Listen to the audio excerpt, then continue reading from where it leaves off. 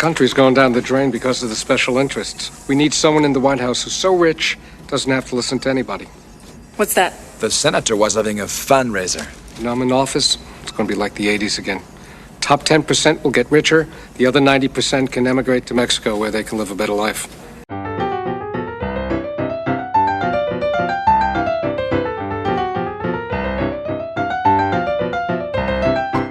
Hello and welcome to Comic Book Movie Oblivion, the podcast about feature films based on comic books and comic strips that people have stopped talking about. This week we are talking about Timecop from 1994. Oh yeah. The comic was from 1992. We're doing this one by request by you, which was very unusual, but you actually mentioned something, somehow.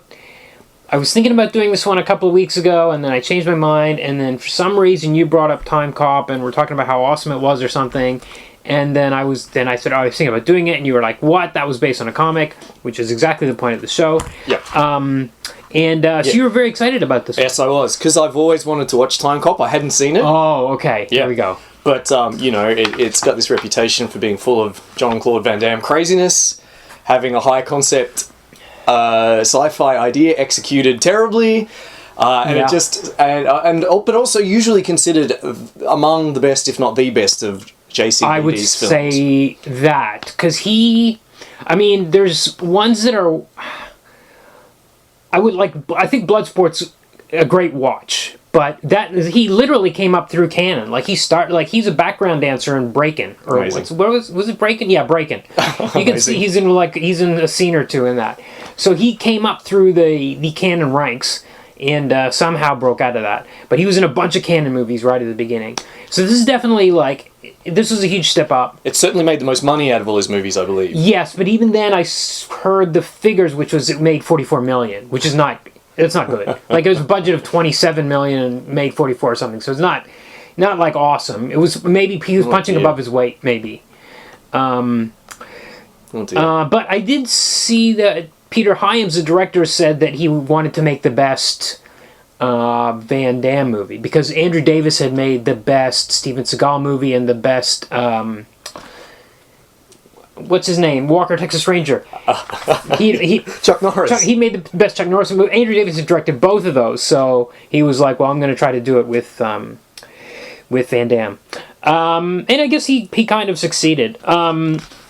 It's certainly the best one I've seen of his films. Yeah, I would say actually, this is new tab. Great. I would say, I think it's Universal Soldier 4. Universal Soldier 4 is a weird, surprisingly dark. It's strangely we're gonna make this really grim, depressing science fiction movie that's really pretty good. I think it was 4. Right. Yeah, I've actually heard that. That one along the road. It's hugely grim. Very out of character. Yeah, and he came... Casts a Russian mixed martial arts fighter, perhaps, or stuntman in it? Yeah, and he's only in it, a little bit. It's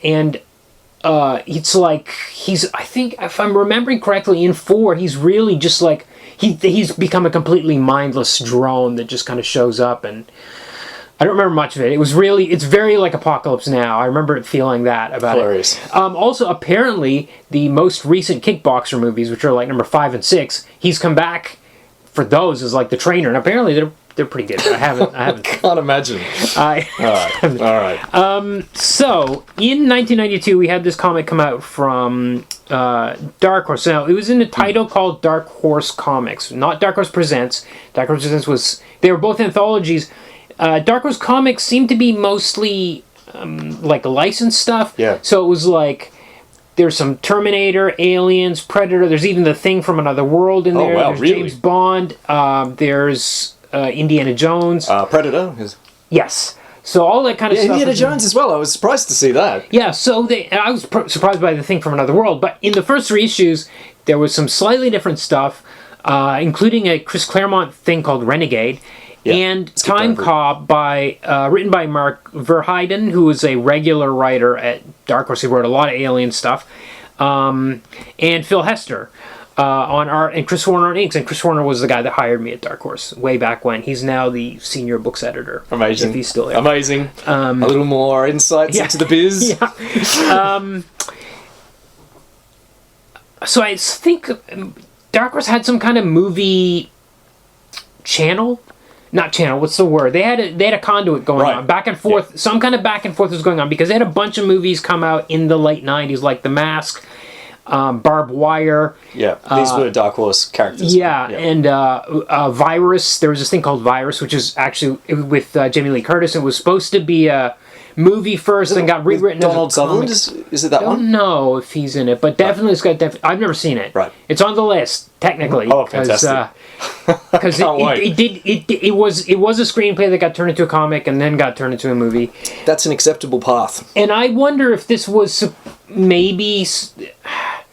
Because this appeared in the first 3 issues of Dark Horse Comics, and we got about 8 pages per issue. So there's total about 24 pages of Timecop out there, and the adaptation of the movie, and that's it. They never made a full series out of it or anything like that. They did make a TV series out of it. They made a TV series, and there was another sequel, direct-to-video movie. But there were no more comics. There were no more comics. It was like, which makes me wonder if it was like, was this just supposed to be a pitch? Yeah, this is because it we really always keep coming back looks to this. like it really feels like it was a Schwarzenegger vehicle is what they were trying to position as. The character, this guy Max Walker, I don't even know if they give his first name in the comic, but he's Agent Walker, really has that kind of Schwarzenegger physique and the look, and he's always delivering these one-liners, these quips nonstop, and I'm like, okay, was Verheiden trying to make a...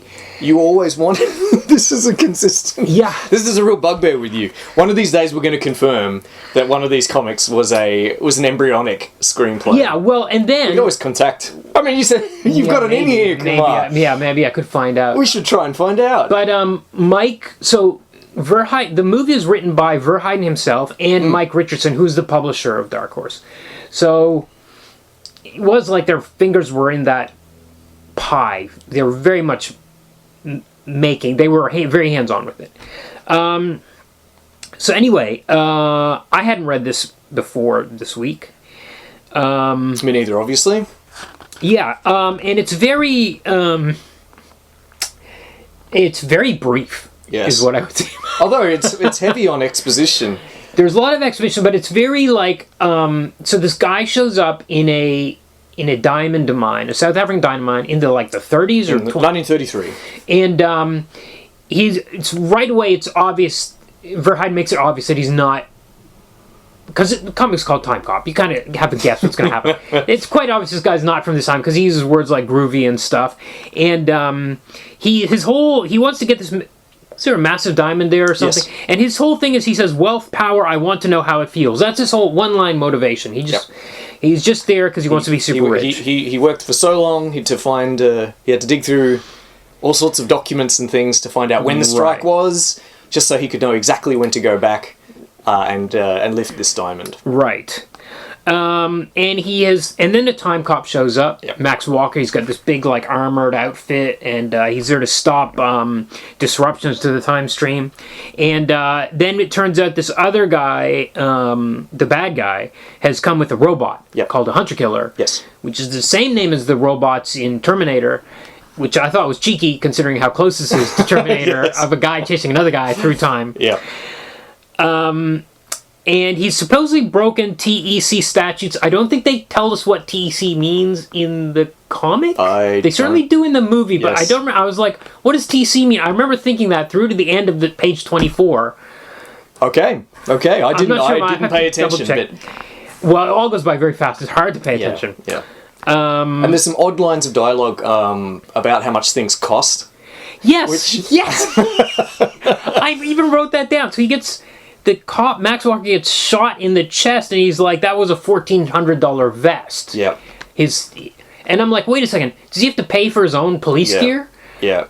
And then he refers to how much money the Hunter Killer costs as well. Yes, and he also He says you should have spent the extra 200 for the titanium reinforcement. Or right, but then he finds out the actual price, which is like millions of dollars. Millions. So what's his 200? I don't know. It was very weird. I don't know. I don't know. I have a theory that we'll come back to. Okay. So I liked some of the time stuff. There's talk about chronal displacement and blisters as being the ripples blisters of things going and wrong. Ripples I like the blisters. And the robot gets left behind, just like Terminator 2, which came out a year before this.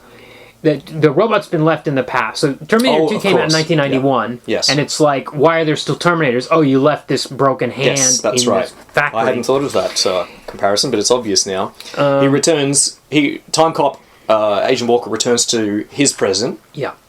Assuming that he's resolved this fairly minor blip, which... Yeah. But then when he gets back and his boss is angrily yelling at him, what did you do?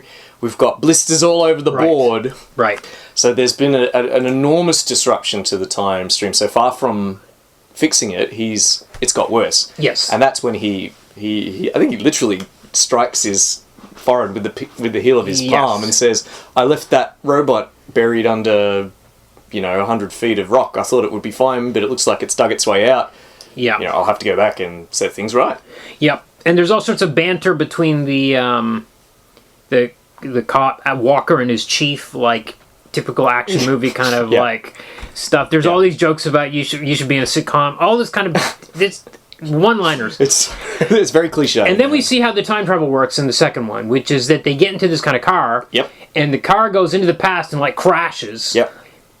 That surely causes trouble. Anyway. Yeah. Then you get out of the car. Just smash it. Yeah. Unlike in the film, where only you were. Well, we have to talk about. It's worse in the film almost. I think. Yeah, the car crashes and then you send the car back, and there's some lines about how it works. It's right. It's fine. Oh, right. Okay, you send the car back. That's right. It says it requires an enormous amount of energy to send you back, but comparatively little for you to return because you want to return to your native part of the time there was stream. something. Yes, it was. Didn't they describe it as like gravity? Yeah. I actually like that. Yeah, it's good. It's fine. It's like the gravity's pulling you back to your own time. So it's a minor thing for him to make small jumps forward in time back to his original back to his original time. Right. But it takes an enormous amount of energy to get him back there to start with. So he needs the car to get back. He needs the car to travel into the past, but he doesn't need it to return because of this elastic effect.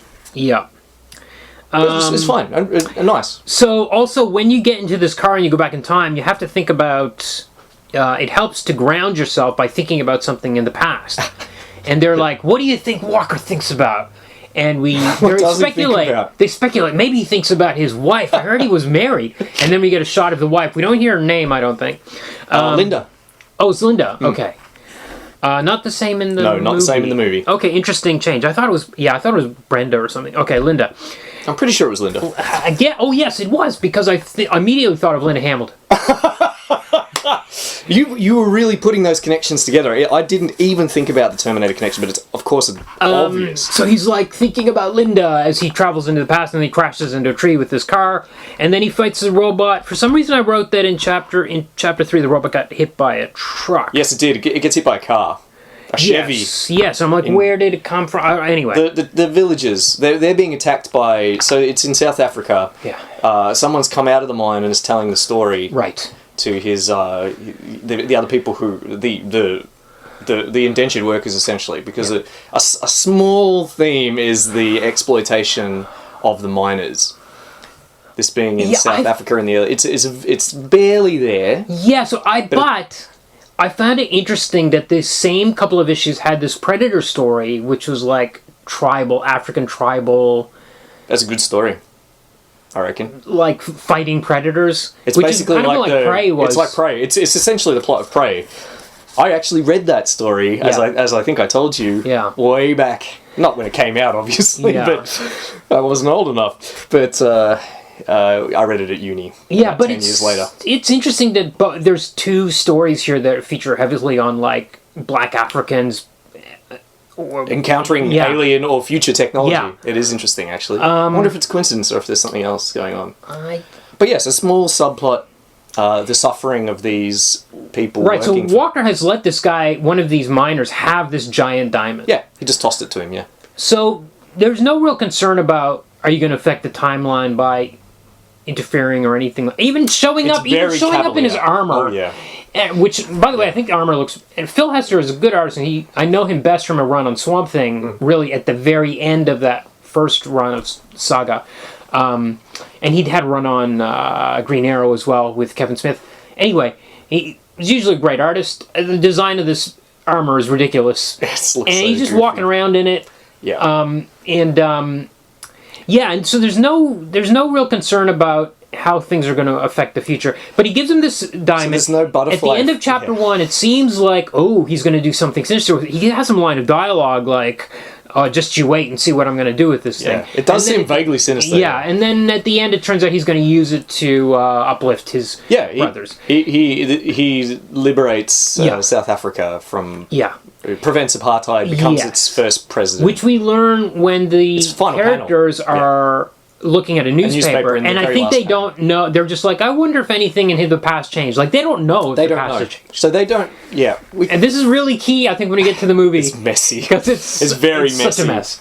Yeah. Yeah, but I think because the comic is so short, because the drips the drip feed about the time travel is because it's so brief, because it's fairly minor kind of information. With time travel, less is definitely more, unless you're going to go full primer. Well, less but consistent. Okay. Yes. Of course. I think you can have minimum amount, but you got to have a rule and stick to that. Oh, absolutely. Rule. Yeah. That's why. Yeah. I mean, obviously, because obviously less is consistent because the less information there is, the less likely it is to be contradictory. But yes, so it's a mess in the film. But in this, he's come back. They have their device that can see changes to the timeline, their mechanism. But when a change has been made, they're not aware of it. And that seems to be what happens in the film as well, except it's obviously not consistent at all. So, actually, I don't have many more notes because this thing's very short. But what do we think? What's the tone supposed to be? So I really took away this is supposed to be an action movie because of the constant quips. Yep. It's supposed to be kind of jokey but serious, like in the terms of like being a exciting action thing. I guess that was my takeaway from it. Yeah, I thought it's pretty throwaway stuff. I thought there wasn't. It could have just vanished. I think I got the impression, it's just a fairly cliche-driven early installment of something, perhaps hoping that it might come to something more. Yes. Laying down a few ground rules, setting up a character there might be a payoff somewhere with the dead. Presumably the dead. I mean, it was. They were. Strongly Yes. And I think they didn't state what TEC was, I think, if I'm remembering correctly. So I think there was like, okay, the wife and stuff is going to be in the follow-up series. Yeah, absolutely. I think this, perhaps they're hoping it would take off and be episodic, because it lends itself well to an episodic kind of... Yes, 100%. Easy to just do adventure after adventure with this character, I think. So I'm less on the side of potential screenplay and more on the side of potential strip. Or potential series, right? Right, okay. Because it just seemed to me like fairly generic stuff, throwing stuff at the dartboard and seeing what would stick. Yeah. It's not too bad. Yeah. It's pretty forgettable, I think, really. Yeah, I think it has a few good moments. Too derivative of Terminator. Yeah, that's pretty clear and now, too especially derivative of since you action pointed movies. So it's kind of missing something. It's not its own thing. It's not enough of its own thing, I would say. Definitely. And the future as well. Yeah. So my favourite, I want to talk a little bit about, we're going to get metatextual for a moment. I want to talk a little bit about time travel stories generally. You go first. All right, okay. This will actually be over pretty quick. Okay. But generally, so when you have your time travel stories, they tend to be set at some point in the future, because obviously the technology doesn't exist in the present. And what often happens is that future is always really sketchy. Yes. Like, it's just window dressing. Because in a time travel story, the setting really is the past. the past that's being travelled into. Yeah. So that's either our present or some exciting past way back. Yeah. So generally it'll just be window dressing. It'll just sort of be broad strokes. Quite often it's opposite land. Okay. So by which I mean the classic example that I always think of is Up the Line by Robert Silverberg, which is a time travel story about time travel tourism operators who take people back in time for tourism. Okay. That future is the most bare bones future you could imagine. It's just like, okay, everybody lives underground. Why does everyone live underground? Because now people live above the ground. In the future, drugs are all legal except alcohol, which is illegal, which of course is the opposite of the present. Okay. So it's just like opposite land in the future. Okay. And my favourite page in this comic, Agent Walker's not in it. Oh, barely. I think he's in it sort of rematerializing in the final panel. Yeah. But it's just a series of images of the future where the time travel is. We don't get much, but it looks very dystopian. Yes. And so there's a woman selling a baby. Yeah. But it also contrasts it with these what's the word for these again? The captions? Captions. Yeah. So these captions on each where it talks about a utopian future. Yeah. And we're invited to compare the utopian predictions of somebody, including the work from home revolution, which changes the nature of the morning commute. Right. Oh, yeah, right. Yeah, I remember that. Yeah. Reading that, I thought, whoa, yeah, well, I'm still waiting for that particular revolution. Yeah. But, and then, of course, we're invited to compare these utopian predictions about where all society's ills are cured, there's no need for police because of how perfect the cities will be. Yeah. And then the final note is all these quotations taken from Diary of a Schizophrenic. Yeah. Yeah. That page was really good. Yes, it's great. Yeah. So with this, we're getting opposite world again with this kind of future, and we get the cake and eat it too because we have opposite world with this utopian prediction, and then we have the dystopian reality. Yeah. But both of which are just sort of extreme versions of like horrible crime or no crime at all. Yeah. Yeah. Now that was my little. We're going to come back to that with the film. We will. Because unusually, I think for a time travel story, most of the film actually happens in this future. Does it? Quite a bit of it. They spent a lot of it in 1994. They do, but I think maybe half to a third, at least in the future. A significant chunk. Yes. Okay. Yes. And I think we'll come back to that, but I think it's a bit of a weakness because it's such a kind of like poorly thought out future. I think Terminator has the least, because in those first two movies, in fact, the first 3, two movies, even in the third, you never see the future, and you don't know why don't they time travel all the time. It doesn't. They don't give you any. Less is more. Yeah. If we don't know, we don't have to ask. I always remember thinking, it takes a huge amount of energy. Why don't they send 100 Terminators? And then the rebels would have to like break in and use the machine. It was a Terminator machine that they have to cheat and kind of work. They have to get in a facility and so that's what I always imagined it was. Yeah. I think they might have tried to explain some of that stuff in the later ones. Well, I don't care about that. It can't be as good as your head canon. No, exactly. Okay, so in 1994 we get this movie, which, as I mentioned, was written by Verheiden and Mike Richardson. I want to go on open a new tab on Verheiden. Okay. So besides the comics, he kind of moved into movies and TV, writing movies and TV, and he wrote. And these are the credits that were like. Well, he wrote on Battlestar Galactica, but he wrote a lot that are kind of relevant to this podcast. Like, he wrote the Mask movie. Yeah. He wrote Smallville. He was one of the head guys on Smallville. Ah, okay. He was one of the guys on Heroes, which was a superhero TV show. I did watch that, actually. And the current Constantine TV show. He's worked on that as well. So he's got his hands in a lot of these. And My Name is Bruce, which was the Bruce Campbell movie, because he has a bit of a Sam Raimi connection, because Raimi was also producer. He was a producer on Timecop, wasn't he? Yes, and he wrote on, Verheiden also wrote on Ash vs. Evil Dead. Ah, okay. So there's some connections He there. has nerd credentials. But then when I looked at the TV series, which only lasted like 8 or 9 episodes of Timecop, I noticed that Alfred Goff and Miles Miller were writers on this. Now, those guys, their names are front and center in my mind at the moment, and I'll tell you why. But they were also like producer writers on Smallville, and they also worked on Spider-Man 2. But most recently, in the last week, I watched the Wednesday series on Netflix, and they are the masterminds behind that. And that is, I mean, Brilliant. we're gonna talk about Addams Family at some stage, and that show was fine. Wednesday show. But if you want to talk about like absolutely no regard or respect for the source material, that is it. It's like Harry Potter with starring a character named Wednesday Addams. It's so far from any.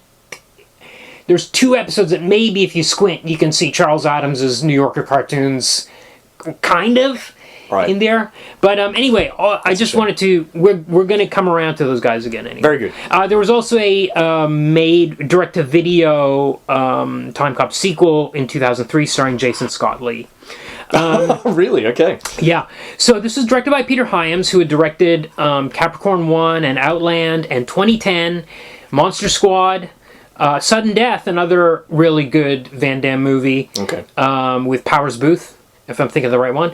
End of Days with Schwarzenegger, which I've never seen. I've never seen any of these movies, actually, most of them. Sound of Thunder, the really awful... Another time travel... really awful, time travel adaptation. Brian Aldiss? Is it Brian Aldiss, that story? No, it's Bradbury. Ah, Ray Bradbury. Of course it is. Yeah. Of course it is. Yeah. That's an interesting one, too, because the future is very... We see very little of it, and that's another tourism one. But it's key, and it's tourism, and that James Tiptree story is the same, where they go back to hunt dinosaurs, right? Yeah. So, but it's very interesting that you see enough of the future, because when they come back, you see that all the shit spelled wrong. Yeah. So they kind of give you enough. Well, that's Sound of Thunder is where we get butterfly effect from, isn't it? Because yes. Or is it? Or. I think it is. He does step on a butterfly. He steps on a butterfly, but did he do that specifically as a metaphor for this idea of like storms forming on the other side of the world because a butterfly flapping its wings over here? Are they the same analogy, or are they different? They're different analogies, but I always assumed that the storm thing came first, and Bradbury chose a butterfly to be stepped on as a callback to that particular thought. Yeah, how you say construct. All right, well, citation needed for that. We'll get back to that in a future episode. So Dark Horse Comics is in the credits as a production company. So again, there's that conduit, that back and forth that was happening. Mm-hmm. Sam Raimi and Rob Tapert are directors, producers, and Peter Hyams was DOP, director of photography on the movie, and apparently he was the first director that was ever allowed to be credited as the DOP as well. I think he had to fight the guild to be allowed to have the credit. Okay. I heard that. I'm not sure if it's completely true or not. Okay, so we start in 1863. This is the best scene in the film. Well, I think it's the one everyone remembers, really. Is it? So it's 1863. There's some Confederate gold being transported in a wagon. This guy shows up and he's like... Missing a tooth. The guy missing a tooth. They found an actor missing a tooth. He's like, you're going to hand over that gold. And Confederate soldiers... The Confederates are like, what? We're not going to hand over the gold. And the guy pulls out some lasers and kills them. Well, no, they're submachine guns. Submachine guns. They've got laser sights. Needless laser sights, but just to establish that these are future machine guns. Okay. They're tech that doesn't belong to the period. Right. So that's why we've stuck lasers on them, just to really hammer home that message. Right. Oh, I want to also mention that the movie came out in September of '94. And I remember I had some friends that went to see it in the cinema, and they came back, and they said the funny thing about this movie is that it's set in October of '94. Like, time travel is invented the next month. It was really a kind of fun little thing that... Excellent. So that, we cut to the present, and we learn that there's this government meeting, and this guy comes in, and he says, look, time travel has been invented, and we need a commission, a time enforcement commission, that's a TEC. Because time crime is already occurring. It's already occurring because of this bullion that they've stolen from the past. Already we have... Yeah, I'm going to say, okay, I had great fun with this movie. None of it makes any sense. Right out of the gate. So first of all, okay, so this guy, this guy that stole the bullion was sent back from 1994. Why does he have that accent? Why is he missing the tooth? Who is this guy that he looks like Why does he this? talk like a Southern Why does he guy? talk like a Is he putting on the accent to fit in? It's just... Is it a put on? If he's trying to fit in, why is he using these laser scopes on his guns? So these are my first questions. Then they're like, then this government guy's like, yeah, we carbon dated the gold. Carbon dated. Okay, so you can't, as far as I know, you can't carbon date gold. Number two, if the gold came through in a time machine, it would be a day old yeah, or whatever. I thought that too. It's like, I was like, okay, oh, okay, you carbon so dated it and it's from now. Yeah, yeah. It's only a couple of years old. However, in this scene with the government, we get the Senator McComb, played by Ron Silver, who is great in this movie. He's so good, and in this scene, he's just got these looks on his face, like he's listening, like I thought he was. I thought the film was saying that he was already responsible for the gold theft. Well, I think this is yes. Why? Who else did it? He did it. Well, we never know. No, he definitely did it. I don't think he did do it though, because then who did it? So somebody else is also using the prototype time machine? No, I think so. This is where I think that other crime, but yeah. I think the movie has already fallen on his face because I think it's saying that you go back in time and time changes. It says time is a line, but if you go back, you mess things up. But this scene and several other scenes are suggesting that what's in the past, what happened, is already. I can't phrase this properly. The time travel has already happened. So those things that happened in the past were the result of time travel that has happened instead of a non-time travel timeline, if you know what I mean. Yeah. So I do. I think the movie, because he gets, but they don't do it properly. No, but he's and looking then he around, comes back and sorry, go on. Yeah. But he's looking around like, okay, I know what's coming. I know this is the meeting because he's been warned. He's got a letter from his future self saying this time travel is going to be announced next month at this meeting you're going to. So, and then he hears all this. He's like, okay, yeah, this is what that guy warned me about, and he's already sent his guys now. Also, the central plot of this movie, the whole driving force of the villain is he needs to get enough money to buy TV ads so he can run for president. That's his motivation. That is motivation. That's why he needs to buy TV ads. Sins against causality. Yes, and he doesn't just look at the lottery numbers and go back and win the lottery. He's got those elaborate things. He's sending guys back to 1930s to buy stocks after the crash that will so that mature he can sell it in 1994. And then it turns out that. And then, when that doesn't work, he suddenly remembers that he was the primary shareholder in a company that became enormously successful the moment he left the board. Yeah. Well, that's a whole. We'll go on to that. So anyway, none of this makes any sense, and also the central idea that he needs to buy TV ads is so ridiculously chintzy for such an epic. Yeah. All this time travel. So banal. Okay. Yeah. So anyway, also Bruce McGill. Legendary character actor, is in this as the head of the Time Enforcement Commission. He's great. He is so great in it, and I love it whenever he shows up in anything. And we'll talk more about him a bit later. And then we get to this scene in a mall, and Mia Sara shows up. Yep. As Van Damme's wife. Now, this was another great treat. Because it was like, Legend and Ferris Bueller, and that's it. And I was like, whatever happened to Mia Sara? Well, she was in Timecop. She was in Timecop, and apparently there's another let's open a connection tab here, because she played Harley Quinn in the early 2000s Birds of Prey TV series. I had no idea that even existed. I did not. Well, I knew the show existed, but until I looked at her credits on Wikipedia, and then it was like, oh, she was Harley and Quinzel. So there you go. So yeah, amazing that she's in, and she's really good. She's good. She's fine. Everyone looks good when Van Damme's in the scene with them. You know what? Okay, I'm gonna say he's so wooden. I'm sorry. He is wooden, but I think he's actually pretty. I think this is one of his best performances, and I actually think the love story side of it, I think he's really good in those. It does fine, yeah. And I think he's it's fine. There's a scene later. So, spoiler alert: Mia Sara, his wife, dies. She's killed by the senator. We see him in silhouette up in the window, but it's clearly him. She's killed by people from the future. So this is already establishing that. That's cyclical. That it's cyclical. It's not like you don't go back and mess with it. We don't get a linear. So it's not like Back to the Future, right? We don't get a linear story where the changes to the time stream happen as we watch them. We're getting some hints that time travel is already occurring. Yes. And it sounds smart, but it's really not. And he gets knocked out by this... When his It's home... not like, his it's home not Primer. This is not Primer. Well, so Van Damme... Walker's home is attacked by these guys. We don't know why they're attacked, but one of the guys knocks him out and says, sleep on it. And... They shoot him, but he's wearing a bulletproof They shoot him, but he's wearing a bulletproof vest. A $1,400 bulletproof vest? Yeah. He tries to go into his house, and then the house explodes. And, his wife is dead. And then we get to 10 years later. But... and he never leaves the man in silhouette never leaves the house. I remember thinking that at the time. Yeah. But then Kumar in the final scene... But he could have pressed his little trigger, and they could have zapped Back to the Future, because that's how that works. Very possible, actually. But, yes, that's very possible. But there's a thing at the end of the film where he says he's quite happy to blow up in the house because his younger self becomes president anyway. Let's get around to that. That doesn't make any sense based on everything that's happened previously in the movie. It's not consistent. Yeah. No. So they... Okay, what did I...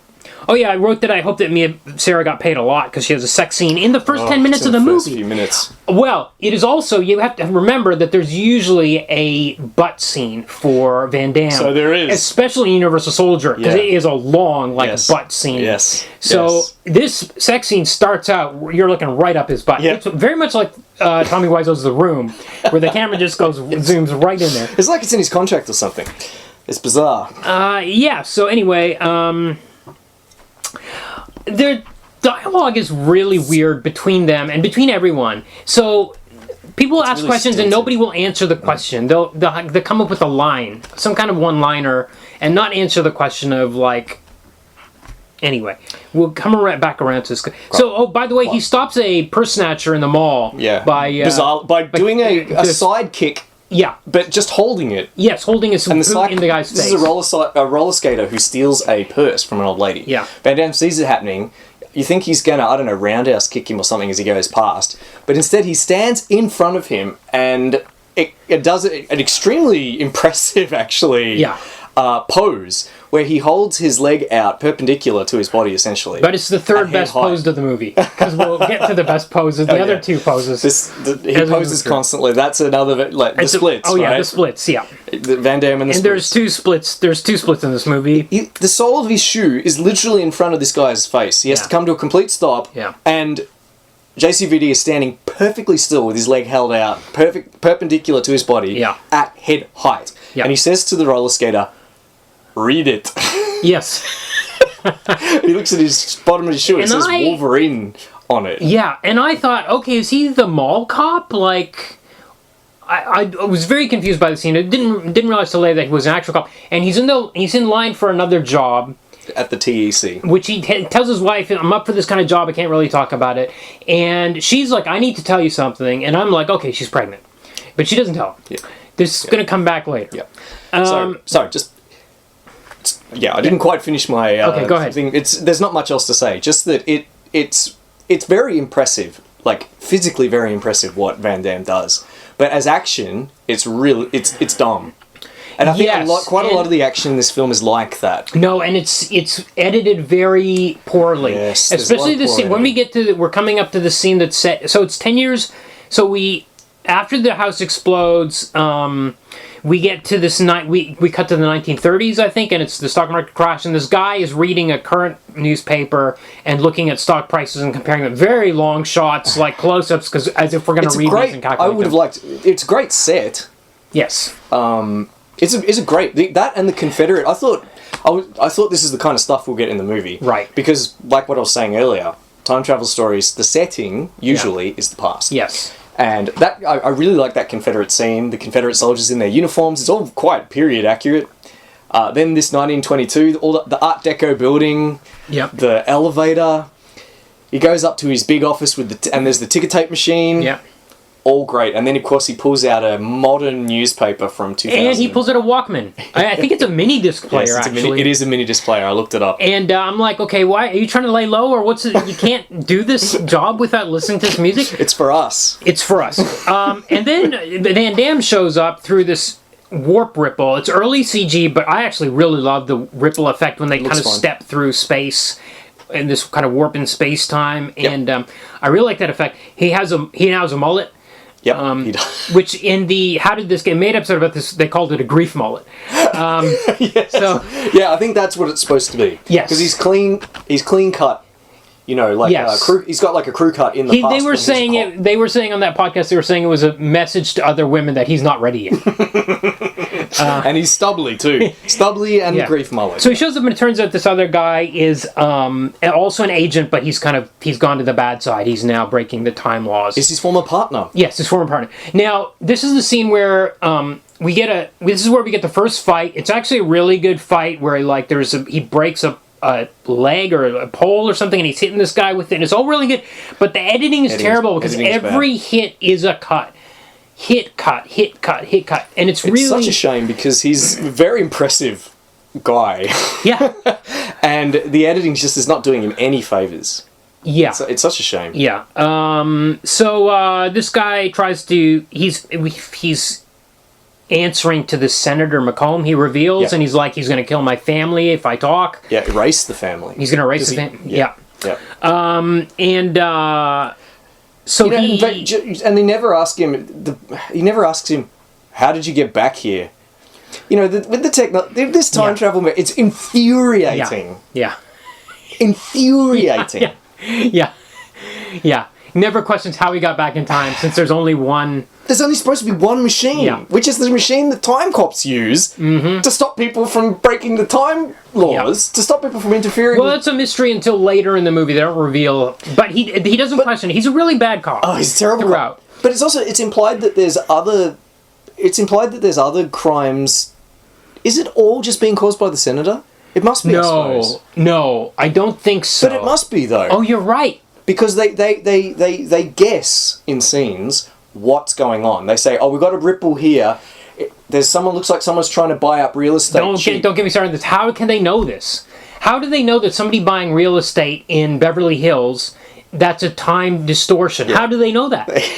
That's just their past.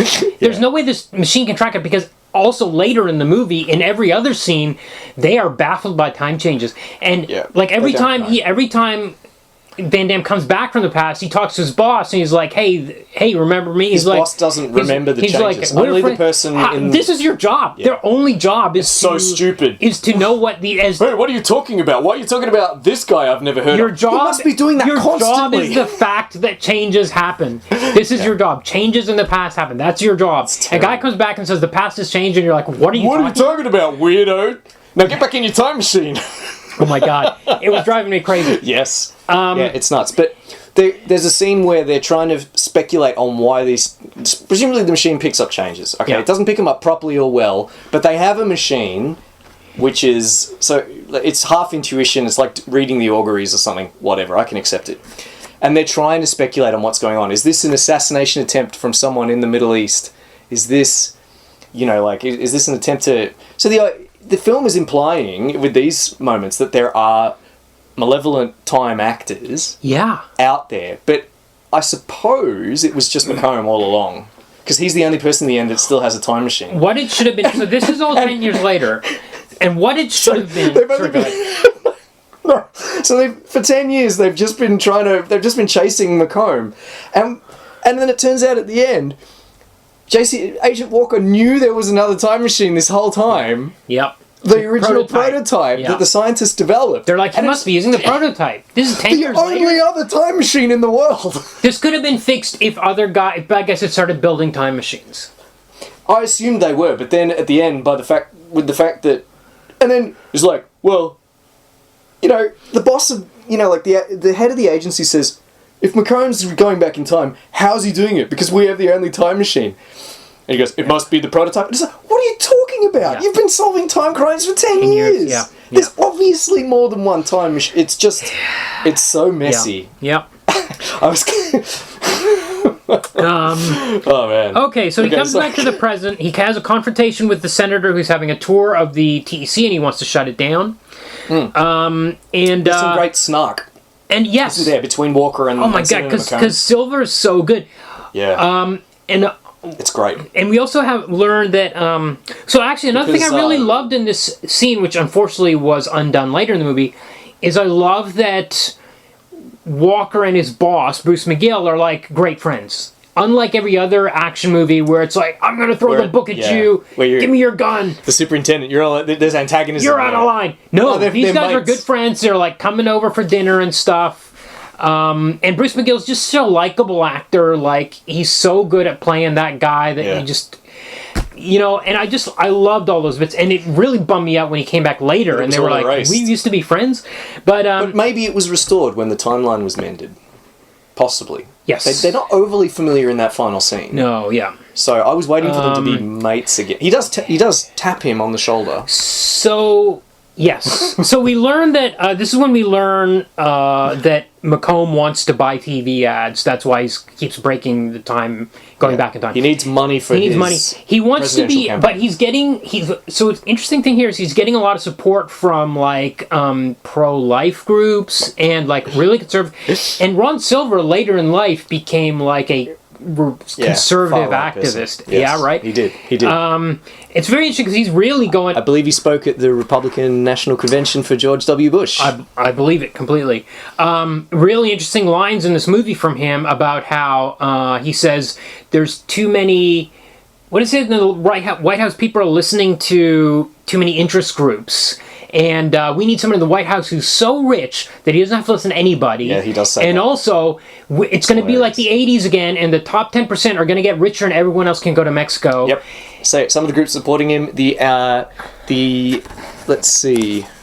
There's a white supremacist group that's... the Anti-Immigration America for the Americans League. Yeah. Yeah. The pro-death penalty anti-abortion group is another one that's mentioned. And so this is opposite land future, except of course... well, I mean, we're living in it. We're living it. So it's not so much opposite 2016, because especially there's a moment where also, because this other cop has betrayed the force, and she's like trying to get McComb into the presidency, and Van Damme says maybe he'll calm down after he gets into office, and I'm like, I remember thinking that thought in 2015, 2016. I remember hearing it is what I remember, or wishing it is what I. Well, people saying it in the press. It's so that's obviously very funny watching this film now, which came out in '94. Yeah, all of this. So it became Silver's own. It was actually who he became, and it became what we. And it became real with Donald with Trump. Yeah, like there's only a few, but they're there. Also, the guy watching VR porn at work at his desk. To me, that was so prophetic because we keep hearing about this all the time. People are getting called. It's happening. There was that like PM in England. It was like. Who said he was searching for... Oh, there was someone, an MP, not the PM. It was no, yeah, not PM. Sorry, other way around. MP, yes. Oh man, And also, he goes into he walks in his house and he says television, and the television turns on and all that kind of stuff. Yeah. The car was ridiculous. So stupid. The future car is so bad looking. They just pasted a bunch of stuff on it. It's got wood paneling on the inside, like a station wagon. And it's self-driving, which was okay. But when it drives around at night, in the street shots, there's only one car, because they can only really afford to do up this one car. It just looks, as you said, they've just stuck a bunch of crap on it. Like an enormous amount of crap. It looks... What does it look like? It looks like the contents of a hobby shop glued onto a sedan, and the inside the same, endless buttons. I wrote down at the time, slightly more complex than a jumbo jet, and moves slightly less quickly than a pedal bike. I always think if I was working on one of these movies that was set 10 years in the future, my process would be, what did things look like 10 years ago? So if it was 94, I would say, what did cars look like in 84? Okay, now what are they going to look like in 2004? And I would not glue a ton of stuff from the hardware store onto the outside. It's just so... This is what I was saying, where the future for a time travel story is just window dressing. Yeah. And it's very, very obvious here, aside from the alarmingly prophetic stuff about the American political landscape of 2016 onwards. Yeah. It's really... They spend most of their time underground in the TEC kind of like headquarters. Yeah. Because it's really kind of... It's pretty lame. And Yes. that's why it's Yeah. a shame that so much of the film takes place in that future/present. Yeah, it's mostly Because like they've tried to do it like a normal you need cop shop almost. Yeah. Really. Yes, and you need to spend as little time there as possible. Although they have that kangaroo court where Yes. you just drag your person that commits a time crime in front of a judge. There's no prosecutor, there's no defense, And the sentence and then you is, just get sentenced to the death. sentence is death. Who else have they sentenced, and what time machine did they use to go to the past? Exactly, we don't know. Why does this... I can get that because of the imperative to keep the time travel technology secret. I guess I could accept that the penalty for all time crime is death, Yeah. but who exactly? Why do they have this set up? It's clearly like the judge wasn't thrilled to get her first ever, case. No, yeah. She was bored. Yeah. She's obviously sentencing people to death all the time. yeah. Who are these people, and why doesn't anyone say who built your time machine? Yeah. Yeah. Yeah, how did you get to the past? None of that's part of the trial. Nope. So, after he's come back to the present, after his partner has killed himself and they've been executed, same, weirdly, both things, he's on his way home, and this is a scene where he goes in his house and he watches a video of his wife. I actually thought his acting was really great. I think it's very weird. Well, is it weird? So this is a cliche for the hero to come Bereaved home hero to watch a video. to watch a video or of look at a photo. his former wife Yes. who passed away. It's such a cliche, but he actually looks really sad in the scene. And It's he's, in Minority Report. Do you remember with Tom Cruise? yeah, absolutely. He smokes. He does some kind of drug, some Yeah. kind of that revivifies the past. Then he watches Yeah. That's really good in that one. yeah. And Yeah, it it's was weird fun. that he repeats the lines that he's. I guess But that's what Tom Cruise does in Minority Report. Yes. Except he's obviously doing a drug that lets him live in his memories. right. But I thought it was fun. Then he gets attacked by these guys. We get a fun fight. Too many cuts again. but Too many it's still- cuts, but Van Damme looks great. His physique is amazing, and He's shirtless. at the time, he's ripped as it hell. was very rare to get pre-Marvel movies when they started throwing Disney money at these guys to make them go to the gym and work out like crazy Yeah. for a year before filming. And I saw an interview with Kumail Nanjiani where he said, because he got fit for Eternals or whatever it was. That's right, yes. Super fit. He's like, I never would have been able to do it without the Marvel trainers. They've got like a stable of people that do this for these people. At the time, it was he looks just awesome. And it's a great fight from, again, too much cutting, but we get the most important splits of the movie here because the floor is wet and he's about to be electrocuted by this guy and Tasered. he jumps up, tasered, right, and he jumps up and does the splits onto the counter. I think it was in the trailers because I do remember seeing this image. I didn't watch the trailer, but yeah, he does the splits jumps on the up kitchen counter. Splits onto the counter and saves himself. So it actually was like splits with a purpose. Although he could have just jumped up onto Yeah. the counter or something. I can't imagine. He could have just hopped up on the Hopped counter. up on the counter. Why? But instead he does an amazing I don't even know if splits. it's even physically possible to land the splits onto like 1 foot on each. If anyone could do it, JCVD could. Okay, so coincidentally, Internal Affairs shows up at his apartment as soon as his fight's done. Now, this also is baffling to me because in the earlier scene when the senator toured the facility, the Timecop facility, he was introduced to every cop there, which is about 10 people. Less. So But yeah. why, there are about 10 Timecops, why an do they internal have affairs internal department. affairs? This was baffling to me. Anyway, so she comes back to the office with him. She's kind of investigating him. He has a bit of an argument with his chief about her. But there's a big blip on the register or whatever, the detector, the time distortion detector. Yes. So he's got to go back in time. So the boss says you're going to go back in time and solve this. And I'm like, wait a second, he's under investigation. Is it normal to just send cops out? Well, they only have 5 agents. Bizarre. And she goes with them. I'm And like, internal affairs. okay. Now Internal affairs for 5 agents. Now we see how the time machine works, which is it's a DeLorean, which they shoot at a wall, very much like in 12 Monkeys, and then it disappears before it hits the brick wall. Yes. We learn that it's been. It is the DeLorean school of time travel where you convert kinetic motion into temporal motion. We'll get more into this, but we learned that it's failed a couple times before. Again, this is this dialogue where these Vollmer twins she's like, who are the Vollmer twins? He doesn't answer her. He just goes on to the next line of dialogue. I'm like, this is weird. All the dialogue is very weird. Anyway, okay, the car, you buckle yourself into the car, Yeah. right? They wear seatbelts, right? Yes. It goes very fast. It's very nerve-wracking. Interesting change from the comic is he's really blasé about it. He's just giving one-liners about, I don't remember what he says, but like, try not to become a pancake or whatever, something like that. Yeah. He's chewing gum. And they have the opportunity to say, how do you calm yourself? I think they even say, how do you calm yourself? And there's no mention of his He think says, about the past or whatever. The superintendent or whoever says to the panicky internal affairs agent, try and think of something calming. Mm-hmm. You know, think of a good memory and calm yourself. And then she gets out a photo of her family and puts it on in front of her. Yeah. And we see a pretty good visual of kind of like their vitals. Yeah. And hers are just like going through the roof. Yep. And Walker's he's like flatlining, and and he's totally calm. The tech guy says you'd have to shake him to know he wasn't asleep.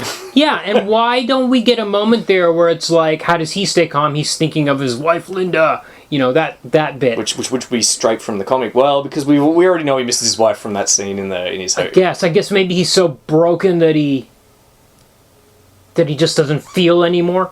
I don't know. Well, it's just not. It doesn't seem to be as important to the process, because in the comic it was established that if you don't have mental equilibrium, when you travel back in time, something will go wrong and you'll discorporate or whatever. Right. Okay. That's not mentioned. Okay. So the car disappears before it hits the wall, like the DeLorean. Mm-hmm. But you appear with no car. You just appear somewhere. It could be in the sky or you could be walking on the ground. Yeah. It depends on the technician, I guess, his accuracy, because he says, "Rick, why'd you do that?" or something. Because in the 20s stock, in the stockbroker scene, he just steps out. He just steps out, much like he does in the comic when he appears in the diamond mine. But this time, Ricky's screwed up and he's drops in a lake. Okay, the car's gone. Then they press the thing on their shoulder to get them back to the present, and they're buckled back in the car as the car drives back into the base in the future. Okay. I remember reading the comic and thinking this car crashing into the past is bad, but this is whoa, this is so much worse. But there's no butterfly effect in the movie, at least. Well, right? You know, they're messing stuff up in the past. Yes. Messing stuff up, leaving crap everywhere. In the shootout in the factory, when they eventually, this particular trip where the internal affairs agent and Walker go back to this factory to prevent the senator from getting bought out of the company that's going to manufacture the chip that's going to make time travel possible. It's some kind of superconducting chip. Like they mess up this factory. Like it's an absolute shambles. So this is the factory that's going to make the chip that makes time travel possible. The senator was in a partnership with this guy who makes the chip that allows time travel to be possible. He, in the initial timeline, he quit that company, and as a result, he didn't make any money off of what would have been a huge amount of money. Although I don't know how any money is being made off of this. But anyway, because presumably it revolutionizes all manner of things. It makes terrible self-driving cars covered in crap. Okay, so then 2004, Ron Silver goes back in time. He's like, "Don't get bought. You got to stay in this company." The way Ron Silver talks to his past self is amazing. Oh, it's great, because I was like, wait, so Ron Silver is kind of like a old 94 Ron Silver is like a milquetoast, and 2004 Ron Silver is like jaded. He's just abusing his younger self constantly. And he's like really abusive to him. But then he kills the guy that invents the chip. Why? Yeah. You need this guy alive. He's made the first chip. He needs to do 10 more. He needs to do more work on this thing. Presumably, what are you? I know. Like, he killed the guy that made the chip. Maybe also, he just wait a second. Did he need the? Why did they need? Did somebody else invented the time machine anyway? Did they need this chip for the time? Oh yeah, it definitely, because the name of the company is plastered all over TEC headquarters. Yes. Okay, so so some other guy discovered time travel. Okay, but he made a prototype. Yeah. A prototype existed without this chip. And I think. You know what else? If the chip makes time travel possible, but the guy's already invented time travel, the chip doesn't exist yet because it's the same day. Yeah. Because the TEC already exists in 1993 because Walker is under consideration to join it.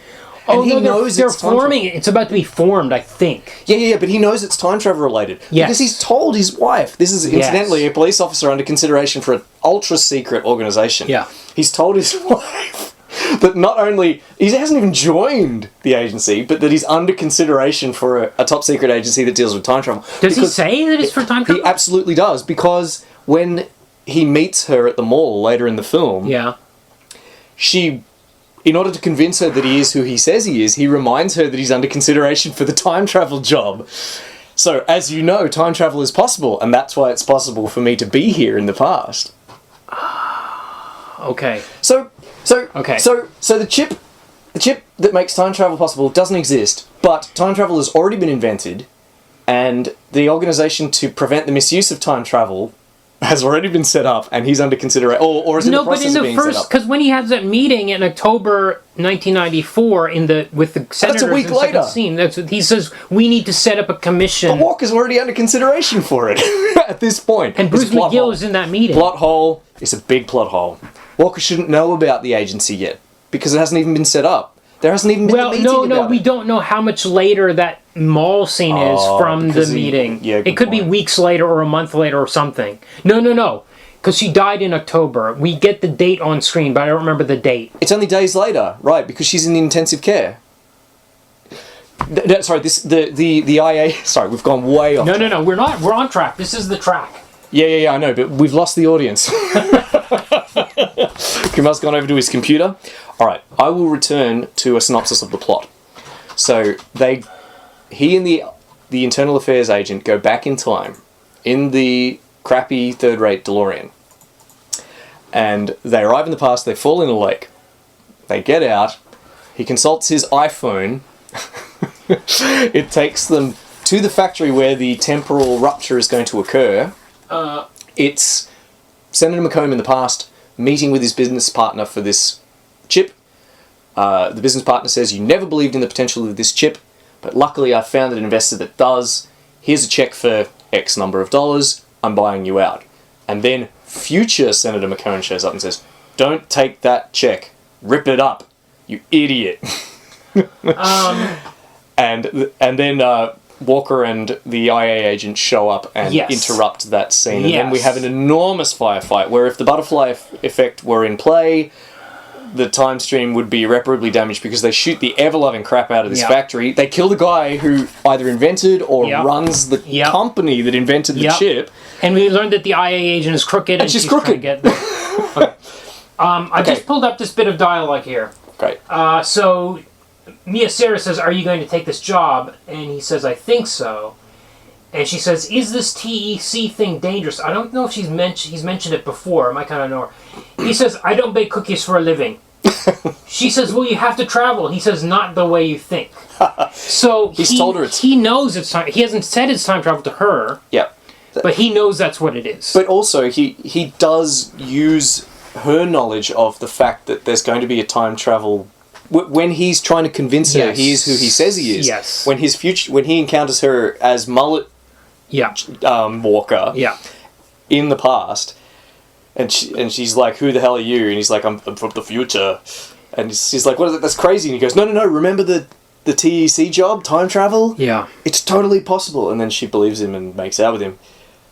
So, and this is all supposed to happen within a couple of days. Yeah. These events are all occurring within a couple of days of one another. Yeah.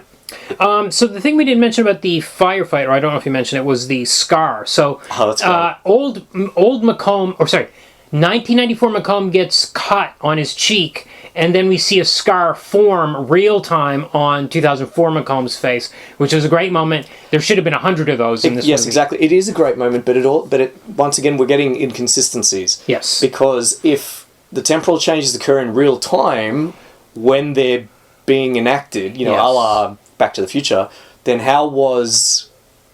then the circular idea that McComb was already in the past and and set Walker on his lonely path into the future. No. Those two things can't be reconciled. Yeah. So we get a nitro freeze of one of the bad guys, same as in Terminator and Demolition Man at this stage have both done it. Yep. Or I don't know if Demolition Man was before this or anyway. It looks awful. So one of the Mook's arms is frozen in a liquid nitrogen stream. So he comes. JCVD comes back to to 2004. He discovers that everything's messed up, but he's like, wait a second, that IA agent, which he thought had died in the firefight, he's like, maybe she's alive. Yeah. And if I go back and get her, I'll have a witness that McComb is actually a bad guy. Yes. And they're like, wait, how's he going back in time? There must be the prototype's still active. They don't go to the prototype. They still use the one in their own facility. Which is under lockdown because the TEC is being shut down. Yes. McComb is now all-powerful in this present. So instead of shutting it down, the moment he's appointed to the oversight committee, with his newfound influence and wealth as being the sole shareholder in this company that invents the cold chip, which is going to revolutionise everything, presumably, from time travel to terrible cars, he waits 10 years and does it at the exact moment Jean-Claude Van Damme re-arrives from the past back to the present. Okay. So Van Damme goes back to the past to see the IA agent who has Ray Chong's hair and was distracting me the whole movie. He needs the help. This is when he needs the help of the superintendent. The superintendent who's no longer his best friend, as you said. Yep. And he has to persuade him. He finds it very difficult to persuade him, despite it being their literal job to deal with disruptions to memory and causality. Yeah. He has to persuade him that they were friends and that he needs his help to send him back to the past to set right what went wrong. Okay, yep. As you say. So he gets shot in the process, unfortunately. Yes. This is the superintendent. The chief, yeah. So, okay, he goes back. He manages to find this IA agent in the hospital. Yeah. While he's there, he goes to look for a blood sample. Somehow her blood sample is proof that she existed. They need the proof that she existed, which is her blood. For some reason, his wife's pregnancy test from the hospital is in the same fridge as in the ICU. Yep. Why is this pregnancy test in the ICU? I guess she got tested in the ICU. But they had a busy day. He finds out she's pregnant. Okay, he goes to the mall. He convinces her all the shit's going down. They go back to the house. He's had 10 years to think about this. He hasn't thought about it. Except maybe he did, quote-unquote, sleep on it and knows that time travelers are what attacked his family in the past. Or I don't know. But he sees them. Good point. He doesn't have any sort of plan. No. He just shows up and he's like, He didn't even tell her not to go home. Don't go home tonight. Call your husband, go somewhere else. You should both stay in a hotel tonight. Well, he has a plan, right? His plan is to have both versions of the Senator appear in the same place. Yeah, but she didn't need to be there for that. No, she didn't. They could have needlessly endangered her. Yeah. Okay, we got to talk about this. Why do we need two versions of Senator in the same place? Has been talked about throughout the movie. Yeah. Finally, something. Matter cannot exist in the same place simultaneously. What was it? That's the explanation. It's made clear early on that you must absolutely not interact with yourself in the past. Not to prevent a paradox, which is the usual rationale, but because the matter that you represent cannot coexist in the same place at the same time. Yes, but it doesn't. No, if you shook hands with yourself, you would not be in the same place at the same time. I would be over here, and my atoms would stop at the end of my hand, and your atoms would stop at the end of your hand. Atoms famously never interact with one another because of the nuclear force. Yes. That's why you need a particle accelerator in order to. They're not going to be in the same place. And also your skin dies. I think your skin only lasts a week or something. So even if somehow you could interact, it would be with other cells that are not your current cells. You replace all, as I understand it, you replace all atoms in your body consistently over a period of several years. So of course it's complete nonsense. But I don't hate it. The explanation is garbage. Yep. But with a twist, it could be say instead of it being some atomic explanation, say it's some quantum one. Okay, sure. Yeah, just throw the word quantum in there instead. Yep. I think as a paradox cure, I don't hate it. I think it's fine. you can't interact with your past self because it will cause a paradox, because paradoxes are really problematic. You know, they can cause the destruction of the universe. Sure. They even say that you could cause the destruction of the universe.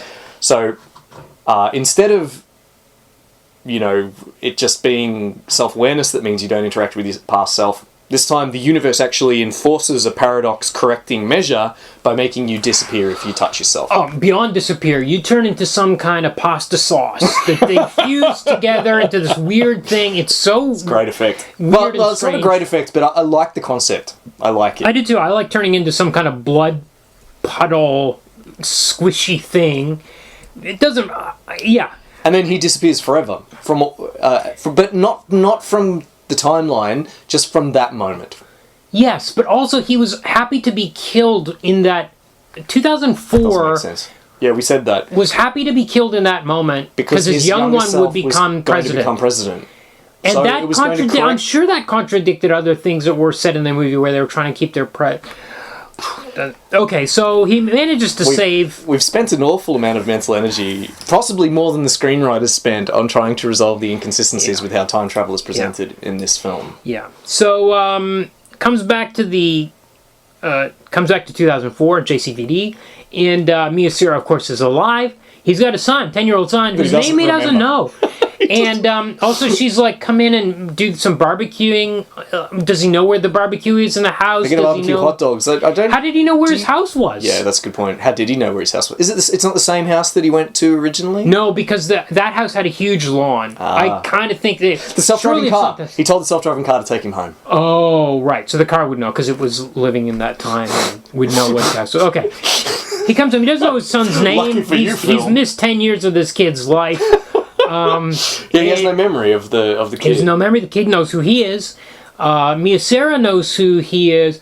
And Mia Sierra, in this timeline, would remember being rescued by him from this day. Yes. So and she seemed to, in fairness to the writers, she seemed to know that because she This said, was the day? "I've got something to say to you." As he came in. I thought she was pregnant again. Oh my god, that's far more likely. That's what it's That's been so the whole much movie. more likely. She's not going to say, I remember that today is the day or whatever. Oh, He man. could just tell her that, hey, today's the day. Remember that thing that happened where I rescued you and went back in time? You are absolutely right. I was giving the film too much credit. She's just pregnant again and her results are in the ICU. Now she's going to... So good. Amazing. Amazing. All right. Should we do our questions? Yeah, okay, let's do the evaluation. Okay, comic. I'm going to say nay. Yeah. I think it's pretty forgettable. As was said, there's nothing special about it. It's very generic, taking a chance on whether or not something could kick Multiple generics. It's like action movie generic, time travel generic. It's like there's not really any ideas in it except for the idea of a police force that could have adventure after adventure chasing these guys down.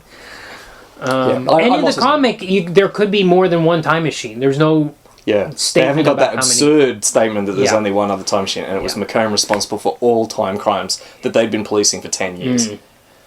You know, multiple agents. Yeah.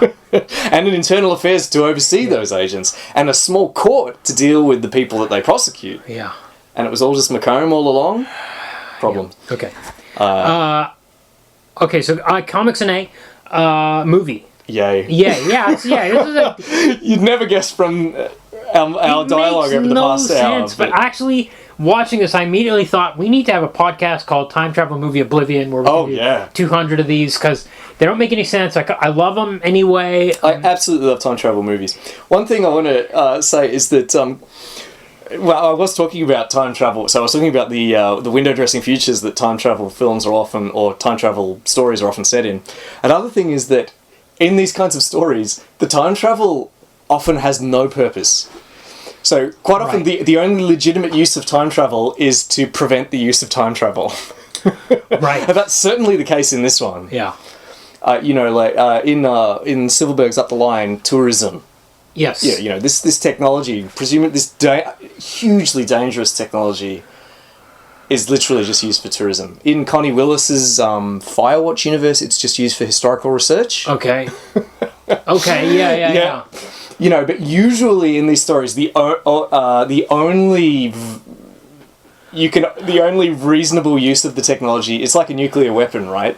They only exist to stop other people from using them. But is it more or less so than just space stories? Because I'm thinking of,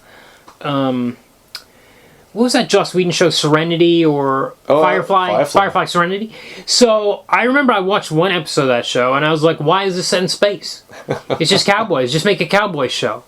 I didn't want, maybe there was some reason came up later, but I often feel that with space shows. I'm like, this doesn't need to be set in space. You can just set this in the present. But I really like Firefly, and I absolutely do not want to get into that right now. Okay, but I'm just wondering if time travel is actually, maybe there's a bit more. It's Well, there's a good one. Sorry, go on. I just think it's more ridiculous than going out to space, so it's maybe more fun. Well, the story, it's so you can go. Quite often, it's so you can go back in time. Yeah, and you can have these fish out of water stories or what have you, or you can go. Yeah. You can visit the past. Yeah. I mean, the setting is the past usually, or occasionally an alternative present. Right. Yeah. There's quite a good lesser-known novel by John Brunner called Times Without Number. Okay. Where kind of like medievals discover time travel. Okay. Just by setting up some silver rods. Okay. And stepping through them in a certain way. And in that one, once again, no one is allowed to do time travel because of the potentials for abuse. And the only people that are allowed to do it are it's like the College of Time in the Vatican, because it's an alternative past where the Spanish Armada successfully took England. Okay. And there's a Catholic-dominated Europe. Okay. And the church has sole responsibility over time travel. Okay. And it's called like the College of Time. You have to join it and study like a priest. Okay. It's a really good. It's a really good book. But once again, the only legitimate use of time travel is to prevent the use of time travel. Right. I believe that novel might have been the first story to come up with the idea that timelines with time travel automatically remove themselves and prevent time travel from ever occurring. The idea being that if you invent a time machine, at some point someone will go back in time and prevent the time machine from being built, and then zip, it disappears from history. So no timeline with a time machine can exist, because it will eventually create the circumstances for the time machine to have never been invented. Okay. That's what happens in this book, Times Without Number. Okay. All right, sorry, we've got way off topic. Okay, that's all right. Obviously, we both loved the film. These are good tabs. I loved the film. Yep, it was fantastic. Okay. Adaptation of the comic. I'm going to say yay, actually. I think, again, it's written by Verheiden. I think that's always a credit. That puts more stones in the scales on the side of it's a good adaptation. Right. I think the difference is that it's Van Damme and not Schwarzenegger. I think that's the key difference between the comic and the movie. In the key major difference, besides all the kind of cosmetic stuff. Well, speaking of cosmetic things, the similarities, like some of the beats, it's not really story beats, but kind of like the aspects of the setting. Yeah. It's all there, like the sled that rockets down the tracks. Yeah. It's from the comic. Yeah. Their apparatus that tracks the blisters and the ripples. Yeah. Again from the comic. Yeah. They even get distorted faces when they're sledding down the track, straight from the comic. Yeah. And the Linda/Brenda, the dead wife. It lends a certain credence to your notion that it might have been in a stillborn screenplay when it was made into that comic. But having said that, it's got what I love about an adaptation, which is that it takes that idea and runs with it and spins off this whole elaborate story. Yeah. All of this extra detail, this whole kind of like interesting plot and not an interesting universe per se, but a whole interesting plot and story spun off from these very small. There's been a transformation that's occurred. Yeah. So with the similarities, nonetheless, there's been a big transformation, and it told an engaging and interesting story with that source material. It doesn't make any sense. It doesn't make sense, but by golly, it doesn't follow its own rules, which is what we talked about. It's depressing that when I don't know how many time travel movies really do follow their own rules, though. Almost none, right? I keep mentioning Primer. Primer, I think, is maybe about... Back to the Future. kind of sets up some rules and sticks with them. I think that's why it works, maybe. I think so. It's one of the reasons it works. Avengers Endgame isn't too bad as well. But Kumar, we'll save all this for the time travel movie Oblivion podcast. Yeah, okay. I found an article online with a set of criteria for judging Jean-Claude Van Damme movies. Oh, okay. So this is by an author called Sean Baby. Yeah, oh yeah, he's one of the best internet comedy writers there is. I completely agree. 100%. And this criteria for which he calls the Van Dammeter, Okay. for measuring the Van Damme majesty of given JCVD films. Okay. This is from an article called 4 direct-to-DVD Van Damme films that will explode your balls. Okay. Now, there are 4 measures. First of all, is there a naked, muscly ass with or without an excuse? Yep. Absolutely, Okay. as you pointed out. Yep. Is the romantic lead a sassy female reporter? No. No, not in this case. It's his wife. Although the internal affairs agent is quite sassy. Oh yeah. Yeah. Is there a muddy fight in the rain with everything on the line? Oh my god. It was so hard to see what was happening in that final fight in the rain. I actually wrote it in my notes. You could barely tell what's going on. All right. That's very different. And last of all, and of course, splits. Yeah. We'll get 3 out of 4 there. There you go. A successful Van Damme movie. There's also he also has the 3 basic Van Damme movie plots. Okay. A, revenge over a lost loved one drives Jean-Claude Van Damme into karate-filled circumstances. Okay. B, on the run from the law, military or mafia, Van Damme flees to karate-filled circumstances. C, Jean-Claude Van Damme is unwillingly involved in karate-filled circumstances by a second Jean-Claude Van Damme. Oh. Both A and C, right? Yes. There is another one, double twin dragons or something. Yes, it's called? yeah, double. No, There's a there is Jackie definitely Chan another one. No, There's Jackie Chan is was Twin Dragons. Twin Dragons. There's another one. Double. It's not Double Impact because that's the one with the basketball player. There definitely is another. There is another one with where he's two. twins, and it's got I can't believe I'm blanking on. It's the guy from Enter the Dragon the deaf. He was also in Bloodsport. He's a Chinese actor. He's huge. Oh yeah, Bobo Leung, is it?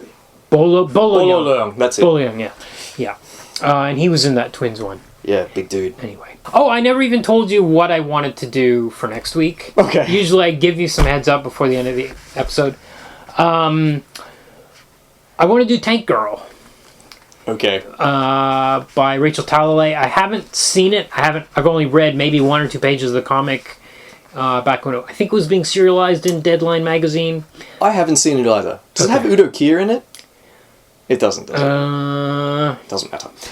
It matters. 'Cause that's a connect that would connect it to Prince Valiant. So it would. No, I'm on board with Tank Girl. Okay, cool.